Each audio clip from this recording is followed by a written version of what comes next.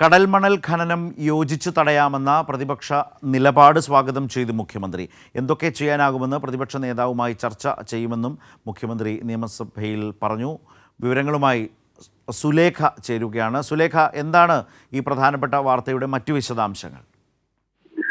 ശരത്ത്, കേരള തീരത്ത് നിന്ന് മണലും ധാതുക്കളും ഖനനം ചെയ്യാൻ സ്വകാര്യ കമ്പനികളിൽ നിന്ന് കേന്ദ്രം ടെൻഡർ ക്ഷണിച്ചിരുന്നു. ഇതിനെയാണ് ഇത്തരത്തിൽ ഒരുമിച്ച് യോജിച്ച് തടയൽ നടത്തുമെന്നുള്ള ഒരു കാര്യം നിയമസഭയിൽ പ്രതിപക്ഷവും അതിനൊപ്പം തന്നെ മുഖ്യമന്ത്രിയും വ്യക്തമാക്കുന്ന ഒരു സാഹചര്യം ഉണ്ടായത്. യോജിച്ച് എതിർക്കാമെന്ന പ്രതിപക്ഷത്തിന്റെ നിലപാട് മുഖ്യമന്ത്രി സ്വാഗതം ചെയ്യുകയായിരുന്നു.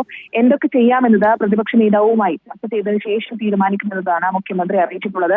അതോടൊപ്പം തന്നെ സംസ്ഥാനത്തിന്റെ വിയോജിപ്പ് കേന്ദ്രത്തെ അറിയിച്ചിട്ടുണ്ട് എന്നത് മന്ത്രി പി രാജീവും സഭയിൽ വ്യക്തമാക്കിയിട്ടുണ്ട്. ഇക്കാര്യത്തിൽ ഒരു പഠനവും നടത്താതെയാണ് കേന്ദ്രത്തിന്റെ നടപടിയെന്നും കടൽ മണൽ ഖനനം തടയാൻ വേണ്ടതെല്ലാം ചെയ്യുമെന്നും മന്ത്രി പി രാജീവും ഈ ഒരു കാര്യത്തിൽ വ്യക്തമാക്കിയിട്ടുണ്ട്.